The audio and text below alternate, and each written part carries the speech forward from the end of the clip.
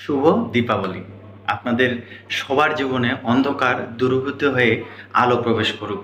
আলোকিত হোক আপনাদের জীবন। আর আমার পাশে থাকার জন্য আপনাদেরকে অসংখ্য অসংখ্য ধন্যবাদ।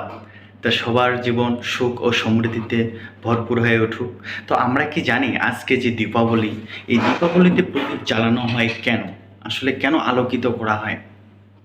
আসলে এই দিনে শ্রীরামচন্দ্র অর্থাৎ ভগবান শ্রীরামচন্দ্র মাতা সীতা দেবীকে রাবণের কাছ থেকে মুক্ত করে নিয়ে অযোধ্যায় আসে। তখন অযোধ্যাবাসীরা ভগবান শ্রীরামচন্দ্রকে স্বাগত জানানোর জন্য পুরো অযোধ্যায় প্রদীপ প্রজ্বলন করে, অর্থাৎ প্রদীপ জ্বালায়। এবং তারা চায় আলো মানে অন্ধকার যেন দূরে যায় এবং আলো যেন তাদের গৃহে প্রবেশ করে। তো এই হচ্ছে দীপাবলি। এই জন্য আমরা এই দীপাবলির দিনে প্রদীপ জ্বালাই। কেন জ্বালাই? যাতে আমাদের